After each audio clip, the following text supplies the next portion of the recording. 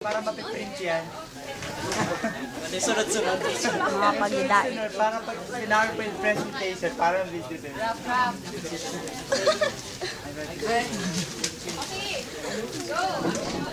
Kami po ang mga Pag-Hidayat Boys.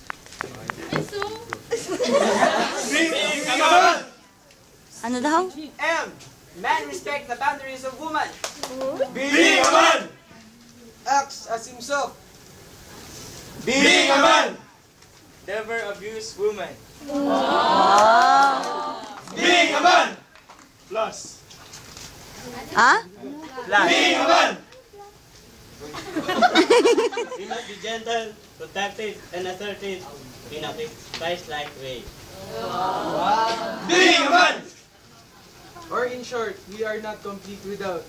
Wow!